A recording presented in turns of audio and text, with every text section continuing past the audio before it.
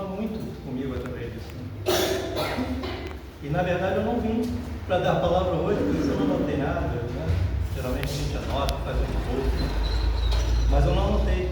Mas está na mente porque a gente está, né, já estou umas 3 semanas já estudando sobre isso. E esse capítulo de Samuel, 2 Samuel 9, se não puderem abrir a palavra, 2 Samuel 9, retrata exclusivamente da graça de Deus para a gente, para como todos nós, né, fomos separados por Deus, por Yahvé. Então, vamos deixar, eu vou começar aqui. E Deus disse: há ainda algo que restou da casa de Saul, para que eu possa mostrá-lo a minha bondade por causa de Jonas? E havia na casa de Saul um servo cujo nome era Ziba. E quando eles chamaram até Davi, o rei disse a ele: tu és Ziba? Ele disse: teu servo é ele. E o rei disse: não há mais nenhum na casa de Saul para que eu possa lhe mostrar a bondade de Deus? Ziba disse ao rei: Jonatas ainda tem um filho, que é aleijado do seu pé. E o rei disse a ele: onde está ele? E Ziba disse ao rei: eis que ele está na casa de Maquir, filho de Amiel, em Lodebar. Então o rei Davi pediu para buscá-lo e retirou da casa de Maquir, filho de Amiel, de Lodebar. Ora, quando Mefibosete, o filho de Jonas, filho de Saul, chegou até Davi, ele caiu sobre sua face e fez reverência. E Davi disse: Mefibosete. E ele respondeu: eis aqui teu servo. E disse a Davi: não temas, pois quando certamente te mostrarei a bondade por causa de Jonas, teu pai, e te restituirei toda a terra de Saul, teu pai, e tu comerás pão à minha mesa continuamente. E ele se curvou e disse: o que é o teu servo para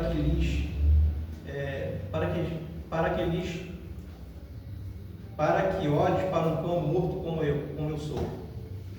Então o rei chamou Ziba, o servo de Saul, e disse: eu dei ao filho de teu mestre tudo o que pertenceu a Saul e a tua casa. Portanto, tu e os teus filhos e os teus servos cultivareis a terra para ele e trareis os frutos, para que o filho do teu mestre possa ter alimento para comer. Mas Mefibosete, o filho do teu mestre, comerá o pão sempre à minha mesa. Ora, Ziba tinha 15 filhos e 20 servos. Então disse Ziba ao rei: segundo tudo que meu senhor, o rei, tem ordenado, seu servo, assim fará o teu servo. Quanto a Mefibosete, disse o rei: ele comerá à minha mesa como um dos filhos do rei. Mefibosete tinha um filho moço, cujo nome era Mica. E todos os que habitavam na casa de Ziba eram servos de Mefibosete. Pai, eis aqui a tua palavra, Senhor. Essa palavra, Senhor, que está aqui, ó Pai, na verdade nem precisaria, Senhor, de um relato, mas ela si mesmo traria ciência a nós, que nós precisamos da tua benevolência. Pai, que tu possa, Senhor, usar, Senhor, a minha pessoa, Pai, neste momento, e que não seja, Senhor, o homem eloquente, Senhor, mas que a tua graça, Senhor, o teu Espírito Santo, Senhor, possa falar através de nós. Pai, que nós possamos, Senhor, nos enxergarmos, Senhor, como nós somos, e que a tua graça, Senhor, possa nos bastar. É o que eu te peço e agradeço. Em nome do teu filho amado Jesus. Amém. Amém. Irmãos, indo um pouco atrás, lá em 1 Samuel 20, Jonatas ele faz um pacto com Davi. Ele pede para que Davi tenha benevolência, que ele cuide da família dele depois que ele assumisse o reinado. Porque Jonas já tinha entendido que Deus escolhera Davi para assumir o trono do reinado. Jonas era, na verdade, né, era o príncipe. Quando o Saul morresse, Jonas iria assumir. Mas como a rebeldia, né, de Saul, a desobediência de Saul, né, para com Deus, Deus escolheu Davi para ser rei. E antigamente o povo, eles estavam querendo um rei, não por juízos, né, mas eles queriam um rei como as outras cidades, os outros povos tinham. Um rei grande, um rei alto, um rei queixo quadrado, aquele rei, né, oponente. E assim Saul se tornou o rei de Israel. Porém, a desobediência de Saul fez com que o Senhor escolhesse um outro rei, mas um rei segundo o coração dele, sem aparência de mal, sem aparência, né? Era um jovenzinho, bem franzino, mas que tinha o segundo coração de Deus. Só que Jonatas, ele já tinha percebido e já tinha aceitado, né, que Deus escolhera Davi para substituir seu pai. E ele faz então um pacto com Davi. Poupe a minha família. Lá em 1 Samuel capítulo 20 tem esse pacto que Jonatas fez com Davi, que era muito seu amigo. Preserva a minha família enquanto tu vives. E Davi então fez esse pacto com Jonas. Davi reinou, depois que Jonas e seu pai morreu numa batalha, Davi reinou em mais ou menos ali uns 20 anos. Depois ele se lembrou desse pacto que ele teve com Jonas de cuidar da família dele, né? Então esse é um contexto que a gente precisa entender para que essa história faça sentido, tá?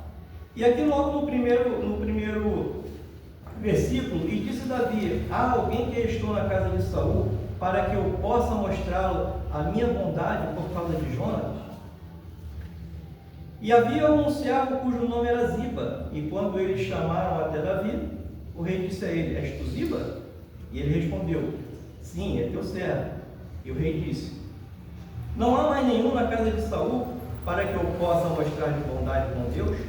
E Ziba disse ao rei: Jonas ainda tem um filho que é aleijado de seu pé. Cara, eu não sei porquê, né? Eu acho que o Ziba falou: cara, liga para ele não. É um filho que Jonatas teve, só que ele é aleijado do pé. Como é que veio essa deficiência de Mefibosete? Mefibosete, ele estava, quando o rei Saul e o Jonatas morreu em batalha, a sua mãe estava carregando o Jonas correndo, o Mefibosete correndo, ele caiu e fraturou as pernas e quebrou as pernas e ficou aleijado. Por que Ziba começou a falar assim: pô, não esquenta a cabeça com ele não, aleijado, está lá, não tem problema nenhum. Quando Jonatas pediu a Saul, a Davi, que cuidasse da família dele, ele sabia que na cultura daquela época, todo o reinado que o outro rei assumisse, toda a família dele teria que ser dizimada. Por quê? Porque senão futuramente eles podiam retomar o trono, né? Então toda a família daquele antigo rei teria que ser dizimada. Mefibosete, então, ele ficou com medo, né? Ele tinha 5 anos, na verdade, e tiraram ele dali para que ele permanecesse em vida. Mas isso tudo, irmão, essa queda de Mefibosete, eu me remeto, né, à queda do homem, né? Lá em Gênesis, a queda de Adão, né? O pecado adâmico. E como ele fala assim, é um aleijado, ele não merece nada não vai ter problema nenhum. O rei Davi nem se importou com isso. O rei Davi, não, chama ele, que eu quero usar de benevolência com ele. E aqui logo no capítulo 4, o rei disse, onde está ele?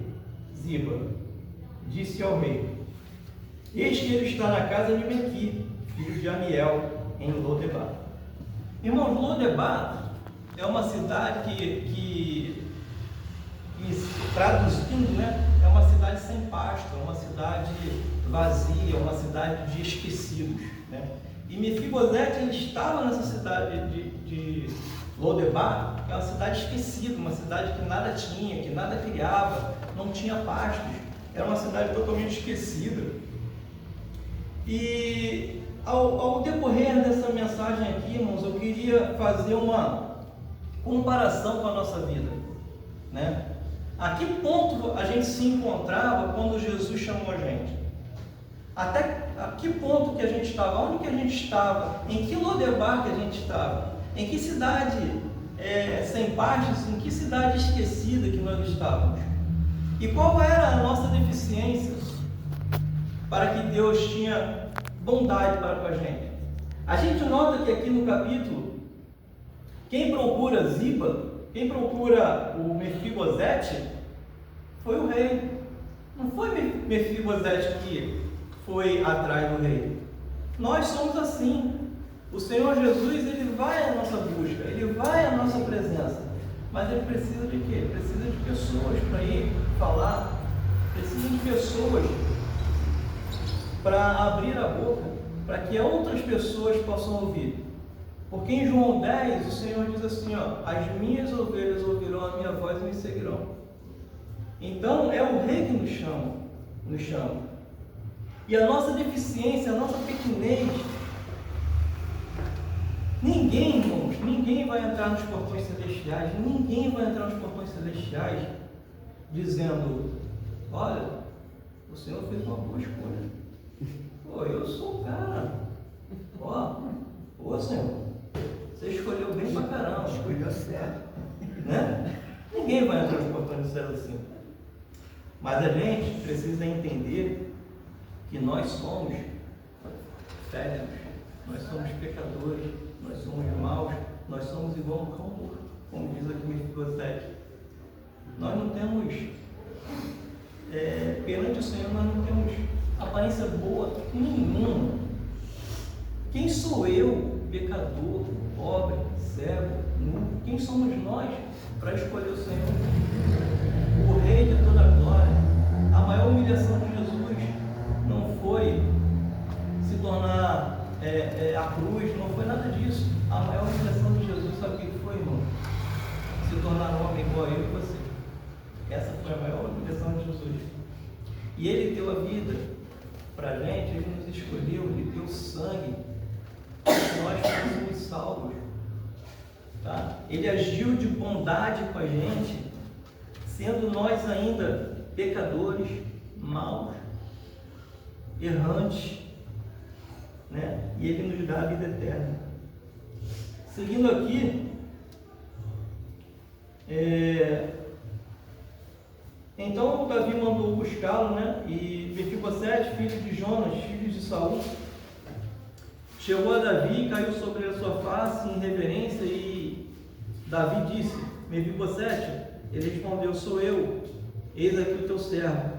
E Davi disse a ele, não temas, porquanto certamente te mostrarei de bondade por causa de Jonas, teu pai, e te restituirei toda a terra de Saul, de teu pai, e tu comerás pão à minha mesa continuamente. Olha que coisa maravilhosa, meu irmão. Cara, nós não somos nada. Mefibosete, nessa questão aqui, ele foi bem humilde. E disse ao rei, quem sou eu para que você tenha bondade comigo? Um cão morto? Um ser que ninguém sabe que eu existo, né? Quantas e quantas vezes, antes da gente conhecer o Senhor, a gente vivia sozinho no meio do mundo. Às vezes a gente fala assim, quem sou eu, cara, para que Deus tenha de bondade para com a minha vida, para que me dê a vida eterna? Sou nada, cara. Entendeu? A gente não pode, como eu falei, né? A gente não pode ter essa vaidade de ser alguém, porque nós não somos. E Mefibosete nos ensina aqui, né? Esse paralítico, como disse Ziba, né? Esse paralítico que nada tem para te oferecer. Mas ele foi humilde. E outra coisa, meu irmão, aqui diz que o rei chamou Mefibosete para sentar na mesa dele todos os dias. Todos os dias ele comerá pão comigo, com a minha família, e se tornará um dos meus filhos.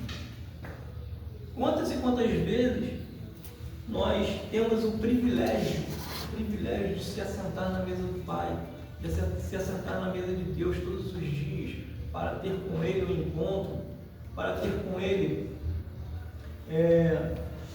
um relacionamento diário. Quantas vezes você tem a oportunidade de pegar a palavra de Deus e estudar? Esse é o alimento diário, esse é o alimento necessário para as nossas vidas. Quantas e quantas vezes a gente está faminto, mas não pega? Quantas vezes a gente está com fome e faz dieta? A gente não tem que fazer dieta da palavra, a gente precisa estudar, a gente precisa... Isso, irmão, eu estou falando para vocês, mas é para a minha vida também. Tá? A minha vida precisa ser regrada, a minha vida precisa ter um alimento diário, um alimento espiritual, para que a gente possa ter uma comunhão com o Senhor todos os dias, sentar na mesa do Pai todos os dias, estar na presença dEle todos os dias, para que quando vier as tempestades, para quando vier os problemas na nossa vida, a gente está fortalecido. Porque eu falei que com Deus é uma coisa, sem Deus é outra totalmente diferente. A gente se desespera, a gente fica nervoso, a gente fica choroso. Quando as lágrimas rolam no nosso rosto, a gente fica apreensivo, o que vai ser. Mas quando a gente tem Jesus e a gente está no caminho, a gente está perante o Senhor, tudo muda. Eu vi um filme, né, que é A Virada. Aí isso não sai da minha cabeça. Uma das protagonistas, né, falou para o marido que se converteu, né, que eles estavam passando um caos, mas um caos sereno. Como é que pode ter um caos sereno? O caos sereno é a paz de Cristo que excede todo o entendimento, né? Excede tudo. Você fala assim, cara, o cara está vivendo uma tribulação, o cara está vivendo um problema sério na vida, mas o Senhor está ali e ele está sorrindo. Como é que esse cara está sorrindo? É até aí que as pessoas veem Jesus em si.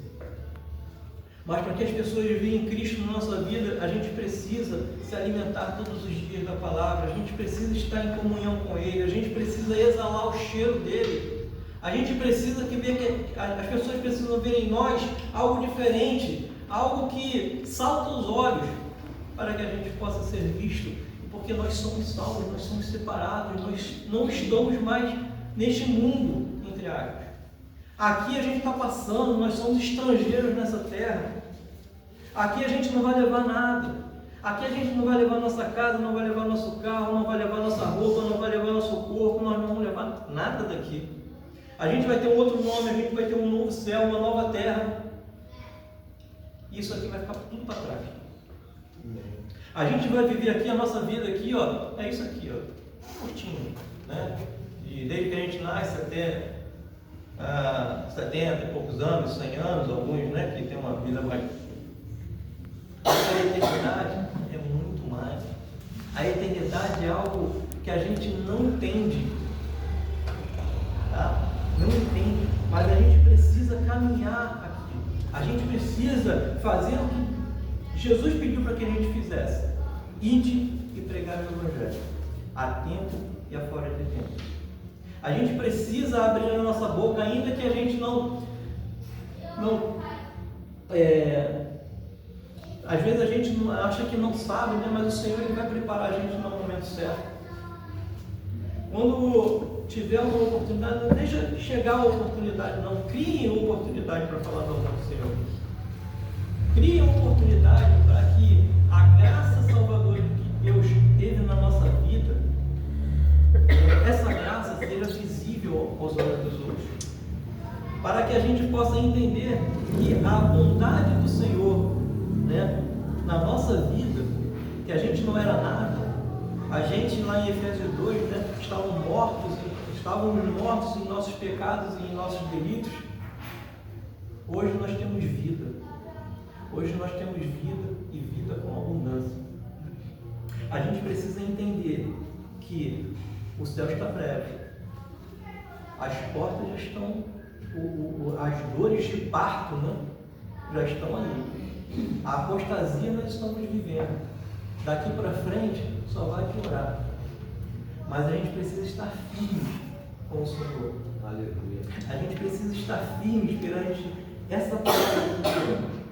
Quer que Deus fale contigo? Olhe a palavra de Deus e medite nela. A palavra de Deus diz: medita na palavra de dia e de noite. Não é só ler a palavra. Pega ali, quando você for ler, pede o Espírito Santo para te orientar. Faça uma oração antes. Não leia a palavra aleatoriamente. Tem gente que pega aqui, eu folheia a palavra, não tá. Pega o dedo puf, aí cai e lê, né?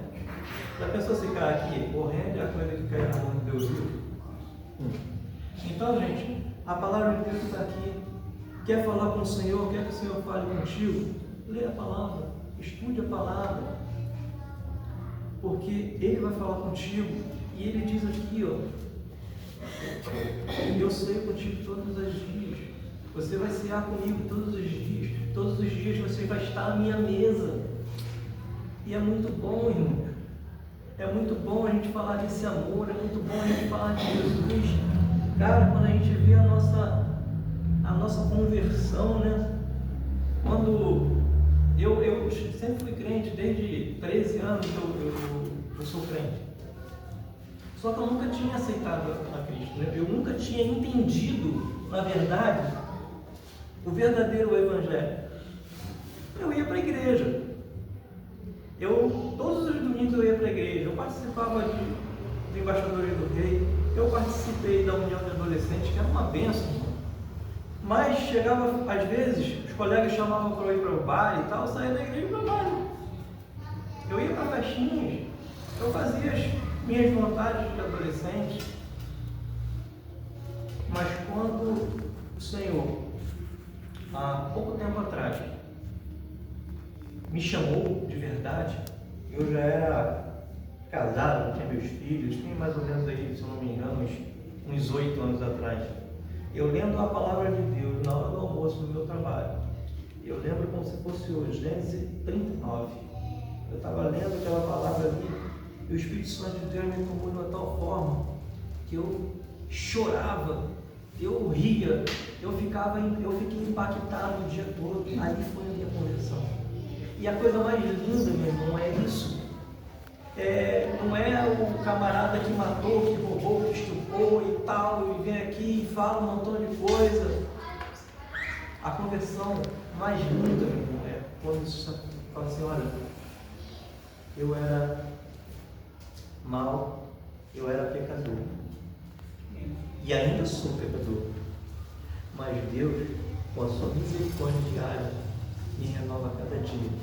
E hoje eu entendo que eu preciso desse Deus, eu entendo que eu preciso desse Senhor, eu entendo que eu preciso da sua benevolência, eu entendo que eu preciso sentar na mesa dele todos os dias, eu entendo que eu preciso me alimentar da palavra, eu entendo que eu preciso me alimentar disso, porque é a vida.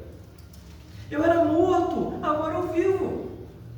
Aí você vai ser transformado, você vai estar em abundância. Aí esse cheiro do Senhor, ele exala na tua vida e as pessoas vão ver em você algo diferente. Eu quero esse Deus. Eu quero esse Deus que ele professa, porque a vida dele, ele está passando problemas, está passando dificuldades, mas está sorrindo, está agradecendo. Irmãos, as lágrimas podem rolar no nosso rosto, mas Deus está com a gente todos os momentos. Seja na alegria, né? Muito bom, né? A gente louvar a Deus na alegria, né? A gente está lá no cima do monte, lá, tudo feliz, né? Muito bom, né? Mas quando a chuva cai, porque a palavra de Deus é que a chuva cai para os bons e para os maus, o sol nasce para todos. Filho de crente morre de bala perdida. Filho de ímpio também morre de bala perdida. Filho de crente, pai de crente, mãe de crente, o crente às vezes morre de câncer. O sol nasce para todos. O sol nasce para todos, mas a gente está num mundo, né, de pessoas más, de lábios impuros. A gente está envolvido nesse cosmos, nessa atmosfera que exala lixo, e a gente está envolvido nisso. Só que a gente precisa entender que a gente precisa pregar o Evangelho a tempo e a fora de tempo. A gente precisa fazer o ID que o Senhor pediu para que a gente fizesse, completar a missão. A gente precisa fazer discípulos da igreja. ID, pregar o Evangelho a toda criatura, a tempo e a fora de tempo. Mas eu acho que eu vou parar por aqui. Não sei muito bem. Está dentro do horário. Está dentro do horário. Então eu quero pedir aos irmãos que orem também pela minha vida, pela vida da minha família. Agora eu tenho me envolvido mais com as coisas eternas, eu tenho me envolvido mais com as coisas de Deus. Eu estou trabalhando lá no aeroporto, né, de 15 em 15. Eu tenho um quartinho lá que o patrão fez para mim, que eu fico lá no Rio, no aeroporto do Rio, de Jacarepaguá. É assim, é 1,5 m, corredor, 1,5 m por 7. Então ali eu coloquei televisão, coloquei uma mesinha de computador, coloquei minha cama, coloquei umas divisórias, coloquei uma geladeira, coloquei um fogãozinho de elétrico. E está sendo muito bom para mim. Porque ali eu estou sozinho naquele quarto e ali eu me desfruto da palavra de Deus. Eu começo a ler, eu começo a ouvir, eu começo a estudar, eu começo a meditar. E ali está sendo muito bom para mim. Porque a palavra é: fecha a porta do teu quarto e ora a Deus em secreto, que Ele estará contigo no secreto, né? E Deus tem falado muito comigo ali, está sendo bom, está sendo bom. E é muito bom, meu irmão, quando a gente começa a folhear a palavra, quando a gente começa a ver. Pô, eu gosto muito do Evangelho de João. João é um livro rico em detalhes da vida do Senhor Jesus. Dá para a gente fazer uma exposição desde o primeiro capítulo até 50 lá de João. Cara, é muito bom, tem detalhes ali que a gente fica assim, quando a gente começa a ler, né? A gente fica assim, boquiaberto, né? Rapidinho aqui, dá até um. Quando Jesus foi ressuscitado, ressurreto, Maria, quando viu lá que Jesus não estava mais, se assustou. Aí foi correndo, lá dos discípulos, lá, Pedro e João saíram correndo também. Mas eles já sabiam que Jesus ia ressuscitar. Eles não estavam sabendo, Jesus não falou para eles: ó, terceiro dia, eu vou ressuscitar. Mas eles saíram correndo. Pedro saiu correndo, João saiu correndo, João era novinho, 17 anos, o discípulo amado, saiu correndo, passou Pedro. Quando chegou na porta do sepulcro, ele parou. E Pedro entrou. Pedro já foi, né? Pedro já entrou no sepulcro. Cadê Jesus? Então, cadê o corpo? Eu acredito que quando João parou na porta do sepulcro, ele: opa, eu vou ressuscitar. O que eu estou fazendo aqui? Para que eu corri? Né? E naquele sepulcro ali, quando Pedro vê, tinha o quê? Um anjo na frente, né? Na cabeceira, e o outro anjo nos pés ali do sepulcro. Ao que remete a gente ali? A Arca da Aliança. A Arca da Aliança, né?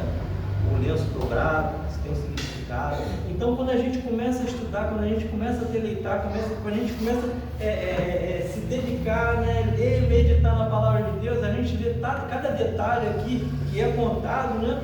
Que é escrito, a gente fica assim: João escreveu o Evangelho quando ele já era de idoso, né? Já anos de 90, João escreveu esse Evangelho.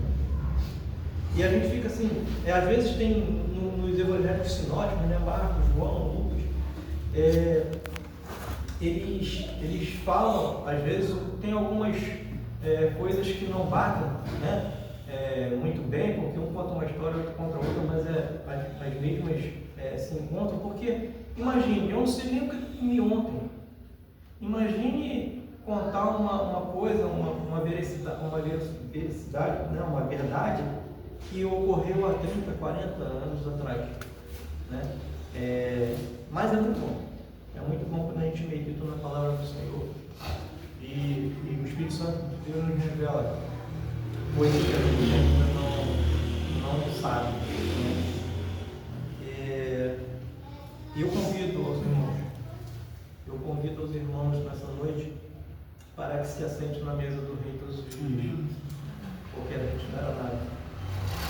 Ele nos vivificou, ele nos deu vida, ele deu vida a quem não era nada, a um cão morto, a uma pessoa que morava em Lodebar, numa cidade fria, numa cidade sem vida, numa cidade que era esquecida. Mas o Senhor nos deu vida.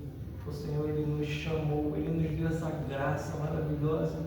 Essa graça é uma graça imerecida, nós não merecemos nada, mas Ele age com misericórdia com a gente todos os dias. E a gente é convidado a sentar na mesa dele para se deleitar todos os dias de sua palavra. Amém?